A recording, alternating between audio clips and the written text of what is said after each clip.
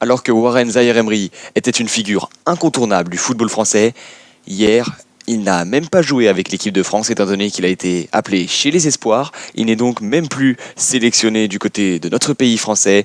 Installez-vous confortablement. Merci à vous de me faire confiance pour votre divertissement ou votre actualité. Aujourd'hui, on va se plonger sur la descente aux enfers de Warren Zaïre-Emery. Warren Zaïre-Emery, dire que c'est une descente aux enfers, évidemment, c'est très péjoratif. On parle quand même d'un joueur qui est dans cette équipe parisienne, qui est la meilleure qu'on a jamais connue.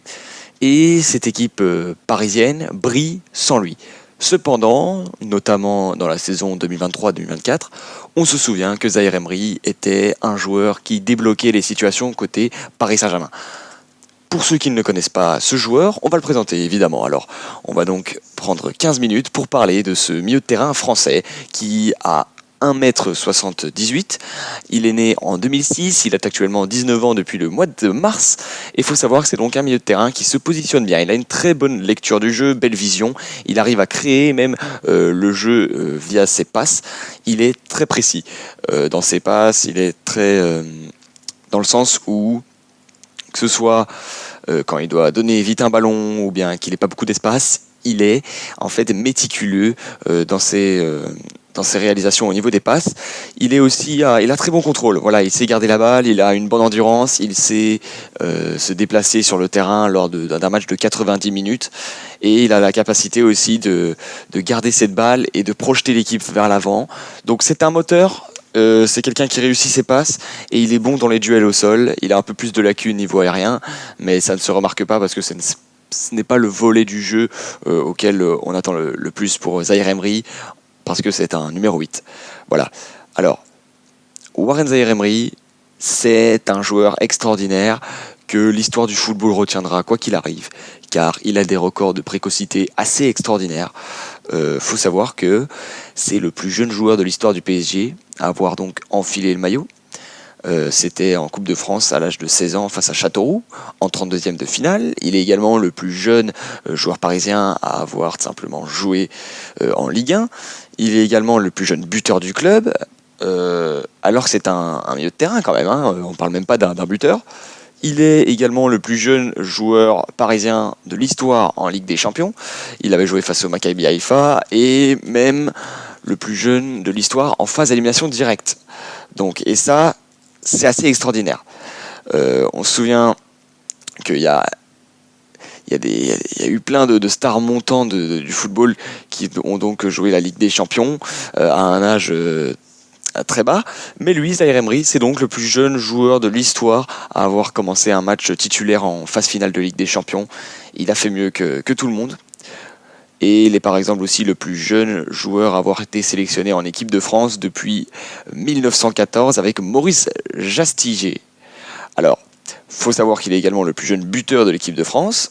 Et vous le remarquez donc, j'ai sans doute oublié de notifier quelques records, mais on remarque donc évidemment que notre ami Warren Zaïre-Emery, dès le début de sa carrière, a été projeté sous le feu des projecteurs. Alors, on a fait un peu sa carte, on sait que c'est un joueur qui a une très bonne vision de jeu, qui est très précis dans ses passes, qui a aussi un très bon contrôle de balle, mais à l'heure actuelle, malgré toutes les qualités qu'il a, malgré tous les records, malgré le talent qu'il laisse paraître, eh bien, à l'heure actuelle, sur les 43 derniers matchs, un assist seulement. Alors, évidemment, le football ne se résume pas qu'à des stats, mais il est clair que Warren Zaïre-Emery est en baisse de qualité. Voilà. Il a été donc sélectionné du côté des espoirs, alors que depuis 2024, il était sans cesse sélectionné auprès de simplement de ses coéquipiers français et internationaux. Voilà. Il y a donc eu un glow down pour Warren Zaïre-Emery. L'équipe de France U21 a donc joué hier face aux îles Féroé. Et c'est assez gênant quand même, parce qu'on arrive dans une situation où on a un joueur qui se fait rétrograder. Voilà. L'équipe de France U21, donc, où Warren Zaïre-Emery a joué hier, a donc gagné 6-0. Voilà, après l'adversaire en face n'était pas extraordinaire. C'est Warren Zaïre-Emery qui portait donc le brassard de capitaine. Et voilà, il a inscrit ses passes D, il a bien joué, mais il n'a pas non plus marqué, il n'a pas non plus été le vrai leader de cette équipe. Et c'est étonnant, voilà, parce que c'est comme si on ramenait donc un des meilleurs joueurs du monde chez les jeunes. Mais voilà, c'est comme ça, c'est aussi le réservoir à talent de l'équipe de France. Et aujourd'hui, donc, on va essayer un peu de discuter par rapport à son cas. Alors, Warren Zaïre-Emery, il y a une certaine époque, surtout à la saison 2023-2024, où il profitait du fait qu'il y avait un Carlos Soler, Renato Sanchez, qu'il y avait Vitinha qui était en dents de scie. On peut parler également de Fabian Ruiz qui était décrié par les supporters. On peut parler de João Neves qui à ce moment-là n'était pas encore arrivé dans le club. Il était en fait avec les clés du camion dans un moment du Paris Saint-Germain où le club cherchait en fait à trouver une nouvelle manière. On sait que Luis Enrique, ce n'est pas un coach qui se laisse marcher dessus. Voilà, il faut à tout prix pour lui que ses joueurs soient fonctionnels, qui répondent à sa tactique, et ça on le remarque. Ça on le remarque, et Warren Zaïre-Emery à cette époque-là a été le milieu de terrain le plus apte à jouer. Il a été assez phénoménal et il a enchaîné les matchs, il a été titulaire, il a simplement été une pièce centrale. Il y a plusieurs matchs références assez extraordinaires de Warren Zaïre-Emery. On se souvient, en 2023, l'AC Milan avait affronté donc le PSG et c'était en phase de poule de Ligue des Champions. Et à cette époque-là, Warren Zaïre-Emery, à l'ancien format de Ligue des Champions, a délivré 2 assists et s'est affirmé en fait dans le football européen. En fait, il y a eu ensuite la montée de Vitinha. On se souvient Vitinha, match référence face au Borussia Dortmund, saison 2023-2024. Cette année-là, en demi-finale de Ligue des Champions, il faut savoir que notre ami Vitinha avait simplement fait plein de frappes. Il avait vraiment donné de l'espoir aux supporters parisiens. Et ça, ce n'est pas anodin. Il faut savoir que ça, les supporters ne l'oublieront jamais. Et à partir de ce moment-là, Vitinha a pris les commandes. Voilà.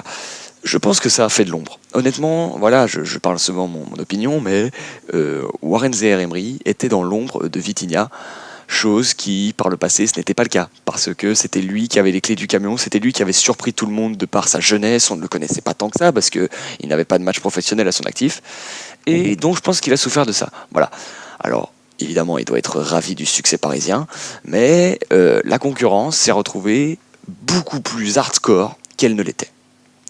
On a eu après João Neves qui, dès le début donc 2024-2025 de la saison passée, donc directement João Neves s'est affirmé dès les premiers matchs de championnat. À l'heure actuelle, Zaïre-Emery est donc en fait considéré comme un joueur de Ligue 1. Un joueur qui ne dispute pas les grands matchs de Champions League, mais qui par contre évidemment est un très bon élément pour aller simplement affronter des équipes en championnat français où du coup la qualité des adversaires est plus basse. Et c'est un peu gênant, voilà. C'est un peu gênant parce qu'il faut savoir que ce n'est pas anodin. Le fait d'avoir tous ces records, de se faire sélectionner en équipe de France, de mettre 2 assists face à l'AC Milan, d'être le plus jeune partout, ça veut dire que le jeune, il est bon, il est prometteur, il est phénoménal. Dès ses 17 ans, 18 ans, 16 ans, il a le niveau pour être dans les meilleurs clubs du monde. Et ça veut dire que c'est un gars qui a une marge de progression assez extraordinaire. À l'heure actuelle, il y a un vrai souci, c'est que son potentiel n'est pas exploité. Voilà. Après, Luis Enrique, c'est un entraîneur qui s'adapte aux joueurs, qui aime même la jeunesse. Il transforme des joueurs, peu importe leur âge.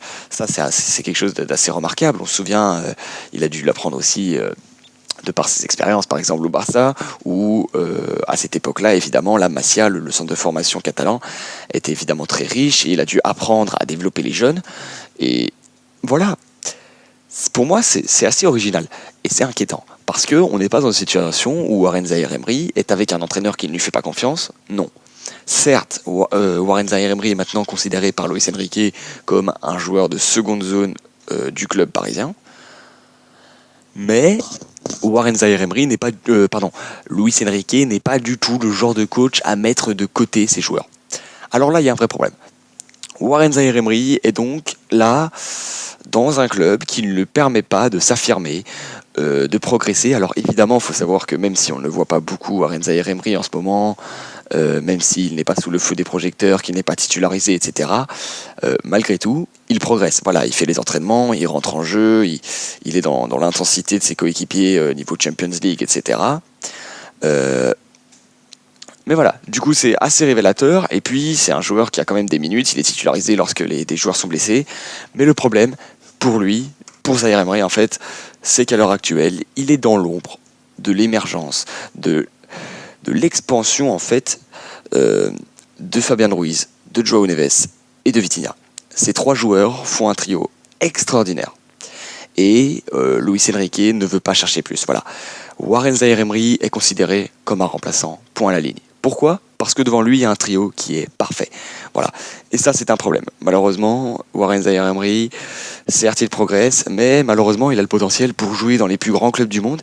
Et pour moi, voilà, si j'étais Warren Zaïre Emery, alors, heureusement que je ne le suis pas, hein, sinon sa carrière aurait été beaucoup moins belle, pas de record, etc. Mais la situation de Warren Zaïre Emery est telle que il doit attendre un déclin de performance de ses rivaux. De ses rivaux qui sont évidemment la concurrence, donc ses coéquipiers finalement. C'est assez gênant. C'est assez gênant pour Warren Zaïre Emery qui,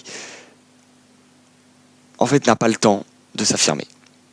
Et il n'a pas non plus, vous voyez, à l'époque, quand il jouait, il s'affirmait parce que le Paris Saint-Germain avait besoin de lui. Désormais, ce n'est plus le cas. Le Paris Saint-Germain n'a plus besoin d'un milieu de terrain parce que à l'heure actuelle, le PSG performe. Et ils ne sont pas en train d'aller chercher chez les jeunes, etc. Le seul moment où ils vont chercher, c'est quand il y a des blessés.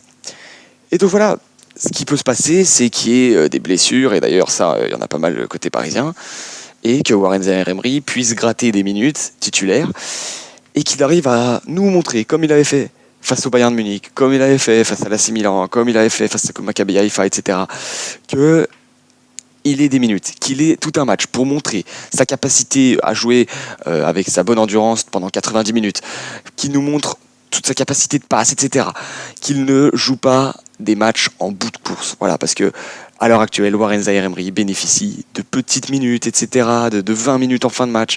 Et ça, ce n'est pas suffisant pour que Warren Zaïre Emery montre son talent. Voilà, Warren Zaïre Emery, c'est pas un James Rodriguez qui, de par une frappe, peut simplement changer l'image du match. Non, Warren Zaïre Emery, c'est un peu un travailleur de l'ombre. C'est pas lui qui est dans les stats, c'est pas lui qui est donc le joueur le plus impressionnant. Son travail est un peu plus homogène, en tout cas pour le grand public. Voilà, Warren Zaïre Emery, dans le cadre actuel, pour moi, le seul moyen qu'il puisse se relever, c'est qu'il y ait un déclin de performance de Fabian Ruiz, João Neves ou encore donc Vitinha. Et c'est gênant parce qu'il a le niveau pour être dans la meilleure équipe du monde et être titulaire parce qu'il a un talent hors pair. Et c'est inquiétant, voilà, c'est inquiétant. Alors, il est peut-être aussi victime de son succès, voilà, il a peut-être été mis en avant trop tôt. Mais c'est dommage parce que là, on est en train de freiner la progression d'un joueur. Parce que certes, il progresse, mais le potentiel est tellement extraordinaire qu'il faut le développer davantage. Il faut le développer davantage. Warren Zaïre Emery, un joueur qui est très classe, un joueur qui réussit ses passes, il fait des stats à la Toni Kroos parfois au niveau des précisions de passe et voilà. En tout cas, merci à vous d'avoir écouté ce podcast. N'hésitez pas à me donner votre avis. Je ne suis pas un expert du Paris Saint-Germain, mais j'étais quand même questionné sur la situation. Pourquoi est-ce que le milieu de terrain français est passé du meilleur milieu de terrain parisien au joueur de seconde zone, au joueur qui vient jouer seulement pour les matchs face à Montpellier ou les matchs donc en Ligue 1. En tout cas, n'hésitez pas donc à vous abonner, à dire à votre avis, pour augmenter aussi la visibilité et qu'on puisse discuter davantage, débattre, etc. Merci à vous donc d'avoir écouté cette vidéo format podcast et prenez soin de vous et de vos proches surtout.